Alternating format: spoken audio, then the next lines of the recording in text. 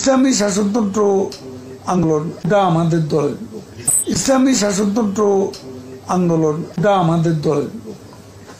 ইসলামী শাসনতন্ত্র এটা আমাদেরই সংগঠন, আমাদেরই দল, এটি কিন্তু বক্তব্য দিয়েছেন।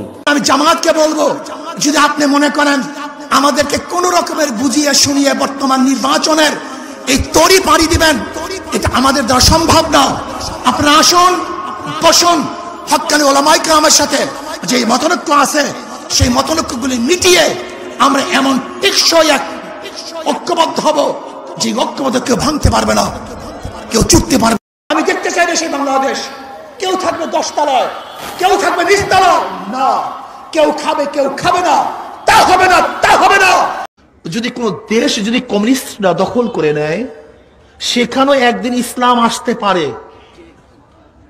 কিন্তু আল্লাহ না করুক কোন দেশ যদি জামাত দখল করে ফেলে, কিয়ামতের আগ পর্যন্ত আর কোনদিন সেখানে ইসলাম আসবে না।